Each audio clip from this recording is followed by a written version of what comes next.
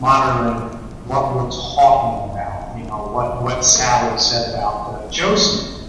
They're actually collecting the metadata, not just of calls, not just of emails, but of all of our activities, all of our travels. And that's meaningful because metadata is what allows an actual enumerated understanding, a precise record of all of the private activities of all of our lives. It shows our associations, it shows our political inclinations, and it shows, again, our actual activities, what we do. And the fact that everyone in the world knows about this now makes us all safer. And it's an incredibly empowering and encouraging thing to see people talking about this, because these are not easy issues, they're not sexy issues, they're not things that people get excited about. But now we have a debate happening in countries all over the world, in newspapers all over the world, and led by organizations like Amnesty that just yesterday announced a new coalition against the unlawful surveillance exports, technology for spying, saying, hey, we shouldn't be selling the things that make this possible to countries that are going to abuse them. These are things that everybody had been trying to get people to pay attention to, but it hadn't been. And now they are. Now everybody talks about it. So we haven't gotten to where we need to be. Governments are still saying, hey, you guys are taking this too seriously. You don't understand. This is really not that bad. But the reality is, the public is not persuaded. The public realizes that it is that these are our rights, and that we shouldn't be, our private homes, our private effects, our feelings and thoughts shouldn't be intercepted and scrutinized and analyzed and critiqued by some guy in a government office who's not accountable to anything. And I think we're going to get there. I think we're going to go further, and I think there's a lot more to be done.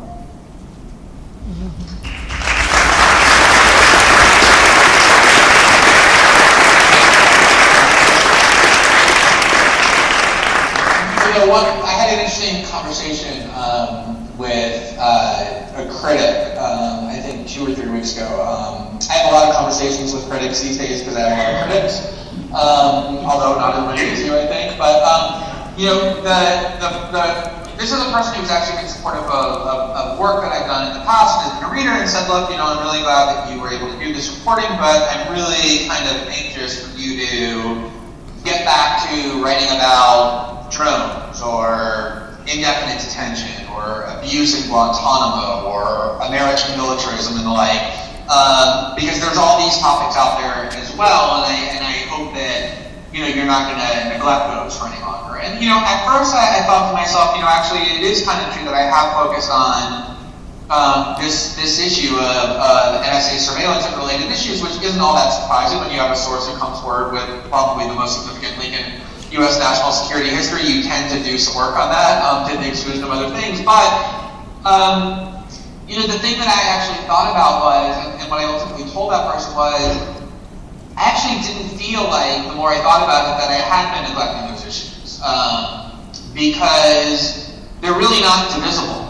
They're really inextricably linked from the revelations that you enabled in the journalism that we've done, because, the NSA, of course, is part of the U.S. military, it's part of the Pentagon, it's run by generals, and what seems to me to be the case is that the premise that underlies the system of mass surveillance in secret, of mass suspicionless surveillance in secret that we've been working on, is really the same principle, and it's part of the same system as all of those other issues. This idea that the United States government can do whatever it wants without even notifying its own citizens in any meaningful way that it's doing it, and can completely disregard the rights of its own citizens, but even more so everybody who's not a citizen, in order to exert dominion and control. And one way it does that is through invasions, another way is through torture, another way is through indefinite detention or drones, another way is through mass surveillance. How do you see this, what some people think of as kind of a discrete and narrow issue of surveillance, relating to all these other things? The way I would cover that is, when people think about this as taking attention away from drones, taking attention away from Guantanamo, taking attention away from extraordinary rendition, they need to remember that the privacy right is a foundational issue. right? The privacy right is where we get the right to speech from. It's where we get the right to associate freely from. It's where we get the right to a free press from. Because none of these things are possible if we're not allowed to discuss and think and challenge and explore and basically figure out where we stand on these issues. Beyond that, those issues that you mentioned, when you think about drones, how does NSA, how does the US military, how does the CIA hit the targets? They're not targeting humans. Humans don't have GPS locators, embedded in our skulls. It's the cell phones that we're carrying around. Mass surveillance enables drone strikes. The people who are in Guantanamo are often picked up because of innocuous conversations that they have online or on the telephone that weren't actually related to the things that they did that were actually questionable, if they even had an association with violence, which for many of those individuals has never been proven or even attempted. Extraordinary conditions, the same case. How do we know where this person is going to be at what time of day, on what street, to pick them up and take them away? These are all products of surveillance. And when we talk about surveillance, when we talk about the privacy right, what we need to understand is that this isn't about being watched. The conversation that we're having isn't just about what we say on Facebook and what the government thinks about it. This is about the relationship between the public and the government. This is about the governed and the governee. What we are seeing today is a renegotiation in our civil society, the role between what the public says and what the public can know about the policies that affect our lives and all the world around us, and what the government can decide for us behind closed doors without our knowledge and consent. And I personally believe that we cannot have a democracy if we do not have the knowledge and consent of the public in the government's policies.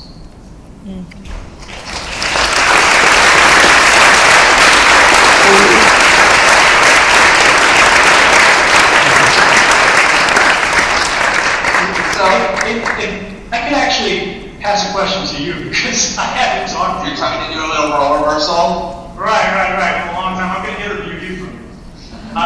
One of the things that I've seen personally is what a couple of bloggers, people in the media, people who are really high information consumers for public issues, have started to call sort of surveillance fatigue, where some actually more important stories than the initial ones that were revealed last year are getting very little attention. For example, in the U.S., a lot of the legal reform that we've been dealing with is about Section 215, which is a bulk metadata collection about everyone in the country's phone calls.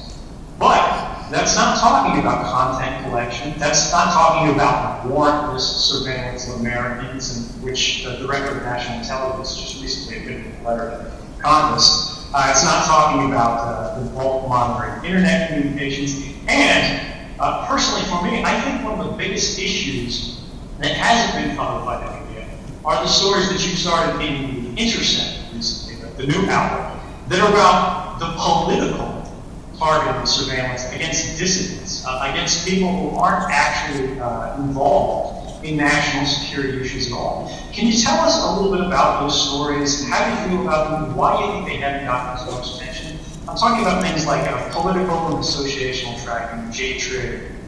The other big one is online influence operations, where our governments, Western governments, are intentionally subverting and tricking journalists, online forums, into putting forward false news, or actually creating propaganda and using it on places like Facebook, YouTube, Twitter, and Twitter. Yeah, I would say a couple things about that.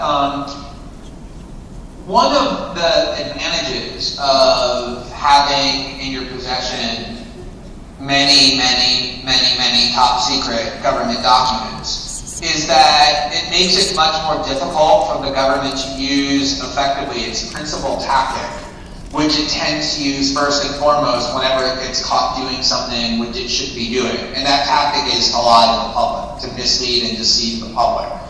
And the reason that it is more difficult for them to do that when journalists and the whistleblower are in possession of their own documents is because every time they do that, you can then publish more documents showing that they're lying.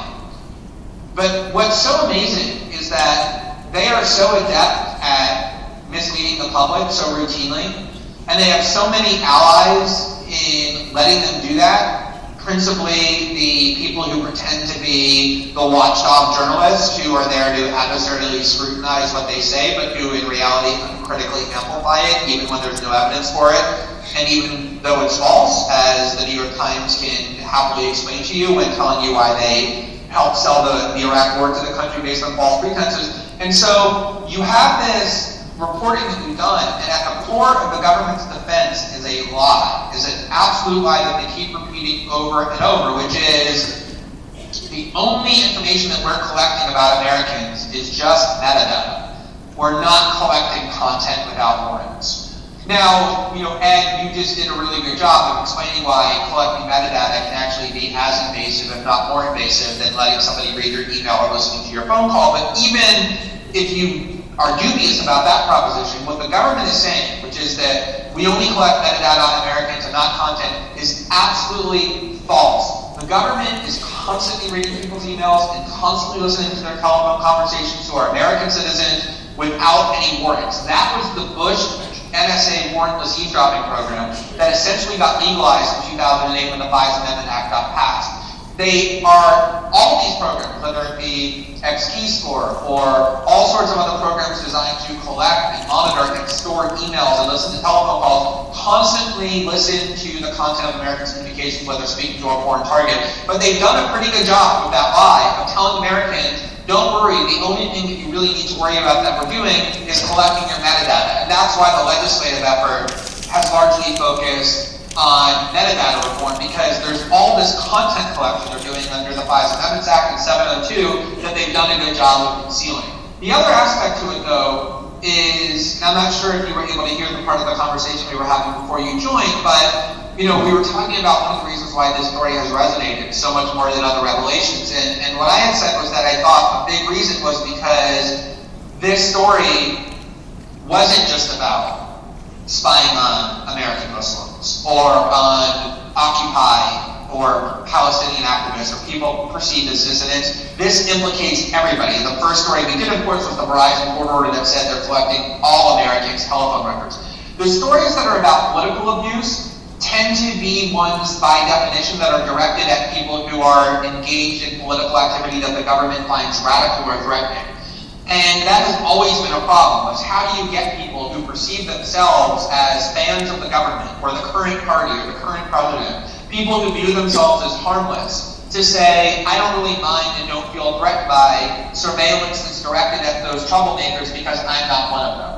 And the only thing I can say about this collection of stories that we've done so far that do show targeting of political dissidents, just like the 1960s abuses, whether it's collecting information about people who visit the WikiLeaks website, or targeting hacktivists, which are just people who use computers and the internet to engage in political activism, or collecting the pornographic online activity of people the United States government considers quote-unquote radical, with a plan as to how to use that to destroy their reputation. That is all political abuse. All I can say about that is mark my words, put stars by it, and in 2 months or so, come back and tell me if I can make good on my word. There is a lot more reporting to be done that shows that we are not just under a system of mass surveillance, that it is not just these occasional political dissidents who are being abused, whose rights are being abused by the system of surveillance, but it is very much similar to the abuses of the 1960s in terms of people being targeted because of their political opinions and because of their controversial political activism. And my hope and my belief is that as we do more of that reporting and as people see the scope of the abuse as opposed to just the scope of the surveillance,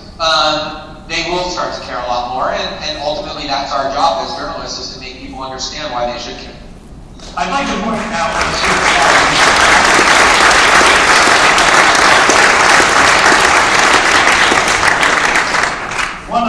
one key point there that you made is the intelligence community, the sort of pro-NSA, pro-surveillance senators and congressmen out there who champion these programs. They do it on very narrow terms. They say not that we're not doing this, but that we're not looking at it. And I think that's actually the distinguishing factor that makes this worse worse than the 1960s and the 1970s, than previous eras of surveillance, is the fact that we are all actively being monitored. All of our interceptions, this call right now, is being collected and indexed by the NSA. They've got the metadata, they've got the IP pairs, they see the to and from places, they've got the route, and they can intercept it, they can manipulate it, they can try to break it back if they're talking to you. But the key is, that happens programmatically even without targeting. They say we don't target Americans, but the reality is they also say we're not collecting Americans' communications, but this is false. This is a key point that I think a lot of people haven't understood, is they don't use those words the way you do.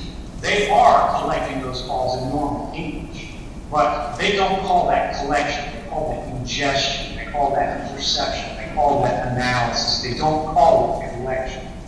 The problem is, they do that because the secret court, the FISA court, the rubber stamp court, lets them get away with this. The way our laws were written, what the NSA is doing today is forbidden. It is unlawful and it is unconstitutional. However,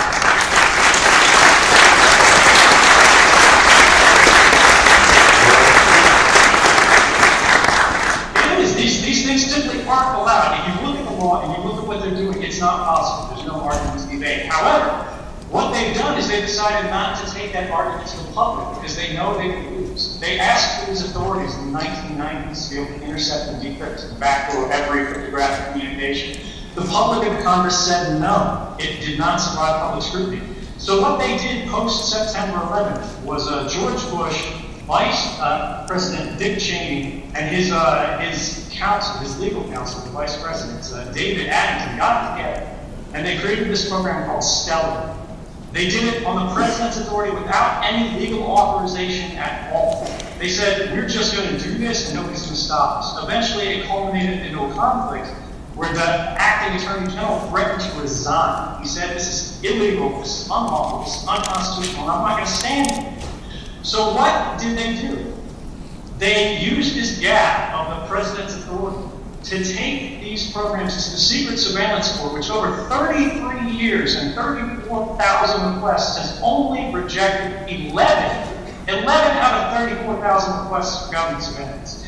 And they asked this court that isn't accountable to the public, whose justices aren't elected, they're appointed by one guy, to approve new definitions of the words of pre-existing laws.